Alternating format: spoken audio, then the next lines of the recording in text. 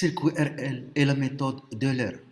À l'instant t0 égale 0 secondes, on branche une bobine d'inductance L égale 1 Henry et de résistance négligeable en série avec un conducteur ohmique de résistance R égale 1 kΩ au bord d'un générateur idéal de tension de force électromotrice E égale 5 volts. 1. Établir l'équation différentielle vérifiée par l'intensité du courant et du T dans le circuit. 2. Donner les valeurs initiales de I à la date t égale à 0 et de la dérivée de I par rapport au temps à la date t0. 3. À partir de la définition de la dérivée, montrer la relation l'intensité du courant à la date Tn plus 1 est égale à l'intensité du courant à la date Tn plus la dérivée de I par rapport au temps à la date Tn fois delta T, avec delta T est égal à Tn plus 1 moins Tn, durée très petite. 4. Compléter le tableau ci-dessous pour delta T égale 5 fois 10 pouce moins 5 secondes. 1. Établir l'équation différentielle vérifiée par l'intensité du courant et du T dans le circuit. 1. L'équation différentielle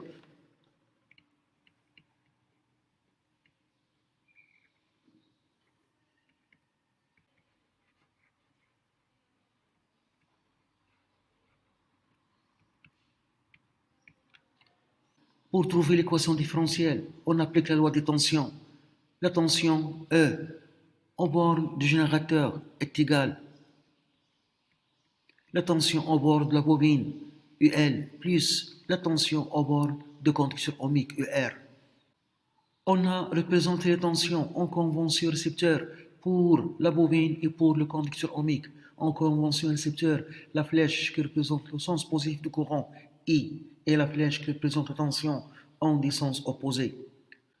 En convention récepteur, la tension UL au bord de la bobine est égale L fois la dérivée de l'intensité du courant par rapport au temps. La bobine a une résistance interne négligeable et la tension UR au bord de conducteur ohmique en convention récepteur CR fois I.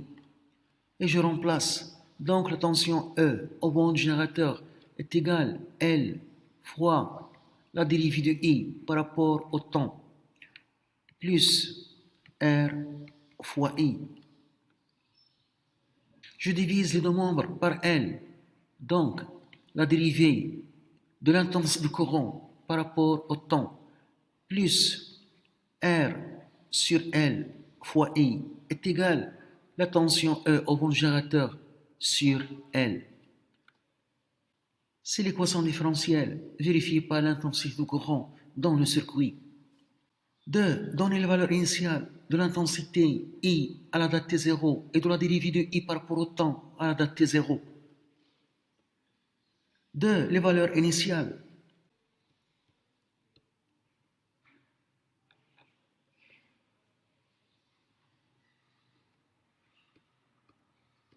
On a I à la date égale à 0 est égal à 0 car l'intensité du courant I tend vers 0 lorsque T tend vers 0 juste avant de fermer le circuit.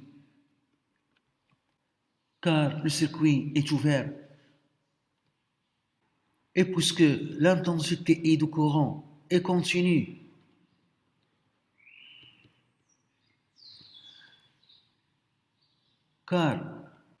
car l'énergie magnétique M stockée dans la bobine qui est égale à 1 demi L fois l'intensité au carré.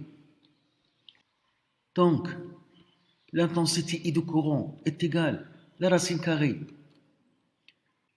de 2 fois l'énergie magnétique stockée dans la bobine sur L. La bobine stocke de l'énergie sous forme d'énergie magnétique de façon continue, car la puissance P reçue par la bobine est égale à l'énergie reçue UM sur la durée dt. Si la bobine reçoit de l'énergie de façon instantanée, dt tend vers 0 et par suite la puissance est infinie, ce qui est impossible. Donc, la bobine stocke de l'énergie de façon continue et par suite l'intensité du courant I est continue. Et puisque l'intensité I est continue, I tend vers zéro lorsque T tend vers zéro, juste après la fermeture du circuit. Donc, l'intensité I à la date T égale à 0 est égale à 0. On cherche maintenant la dérivée de I par rapport au temps à la date T0. On a, d'après l'équation différentielle, la dérivée de I par rapport au temps est égale E sur L moins R sur L fois I, qui est égal E, c'est 5 volts, L, 1 Henry, moins R, 10 aux 3, L, 1 Henry, fois I. Donc, dI sur dt à une date t est égal 5 moins 1000 fois I à la date t. À la date t égale à 0. dI sur dt à la date t0 égale 0 secondes est égal 5 moins 1000 fois I à la date t égale à 0, qui est égal à 0. Donc, on trouve 5 ampères par seconde. 3. À partir de la définition de la dérivée, montrer la relation. L'intensité à la date Tn plus 1 est égale à l'intensité à la date Tn plus la dérivée de I par rapport au temps à la date Tn fois delta T, avec delta T est égal à Tn plus 1 moins Tn, durée très petite. 3. Démonstration.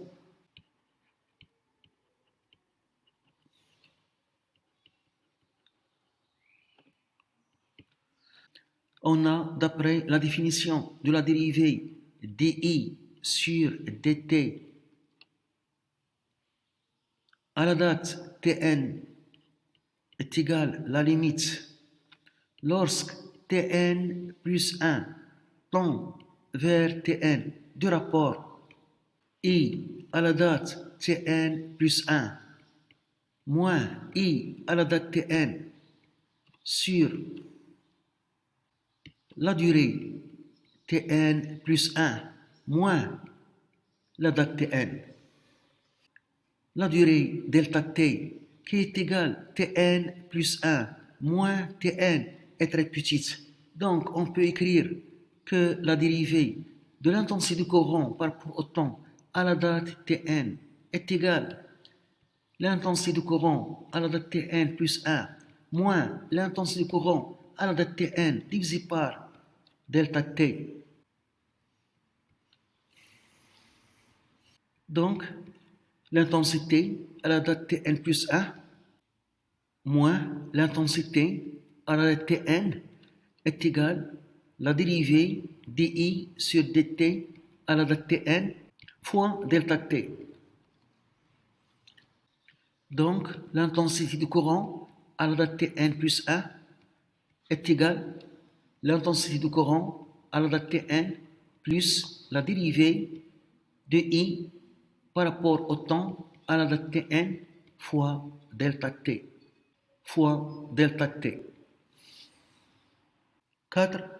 Complétez le tableau ci-dessous pour delta T égale 5 fois 10 au moins 5 secondes. 4. Le tableau.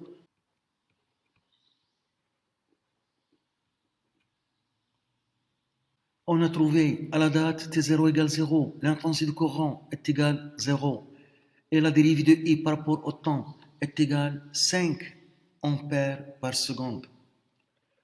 Maintenant, à la date T1, pour calculer I à la date T1, on utilise la relation de la dérivée CI à la date T0 plus la dérivée de I par rapport au temps à la date T égale à 0 fois delta T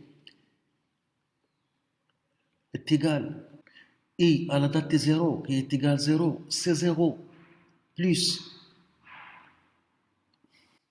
I à la date T0 qui est 0 secondes, c'est 0 plus la valeur de la dérivée, c'est 5 fois delta T, 5, 10 os moins 5.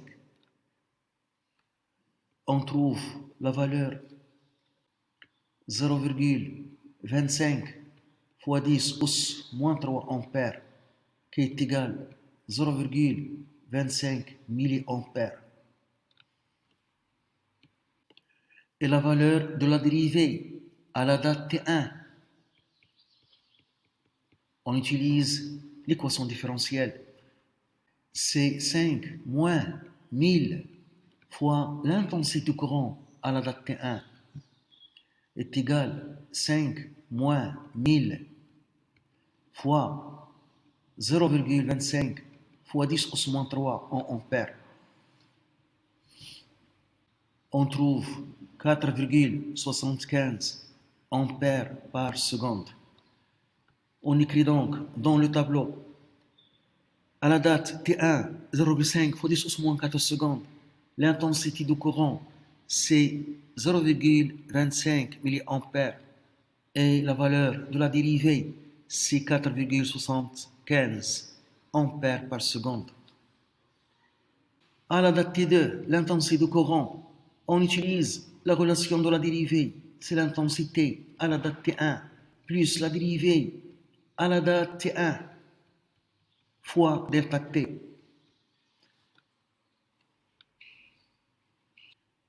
Et à la date T2 est égal. Et à la date T1, c'est 0,25. C'est 0,25 milliampères en ampères fois 10 au moins 3 plus la valeur de la dérivée.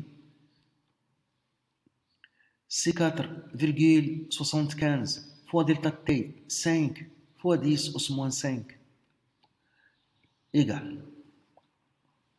On trouve 0,49 fois 10 au moins 3 ampères qui est égal 0,49 milliampères.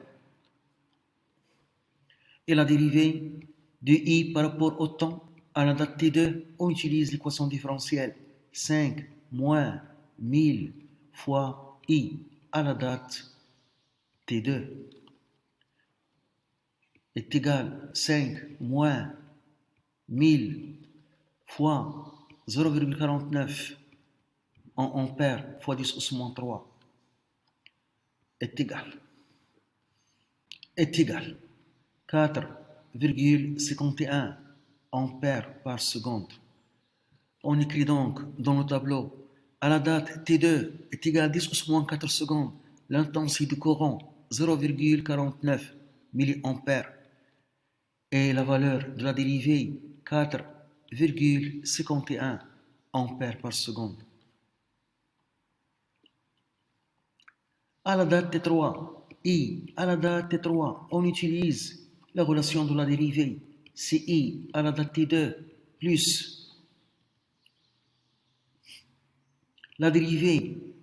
plus la dérivée de I par rapport au temps à la date T2 fois delta T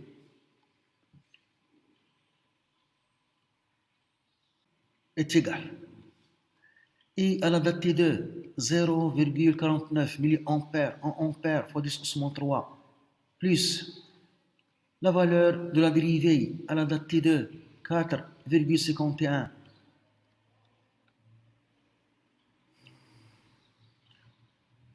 fois delta T qui est égal à 5 fois 10 au moins 5 égale.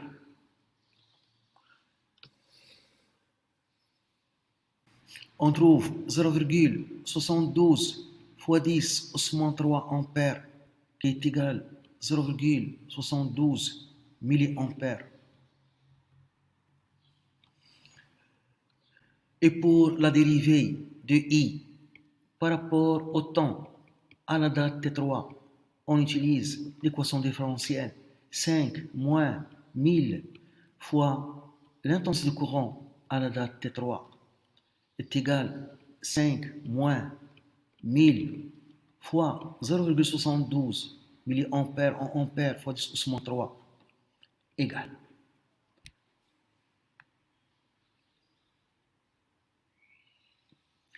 on trouve 4,28 ampères par seconde. On écrit donc dans le tableau 0,72, la valeur de l'intensité du courant à la date T3 égale 1,5 fois 10 au moins 4 secondes.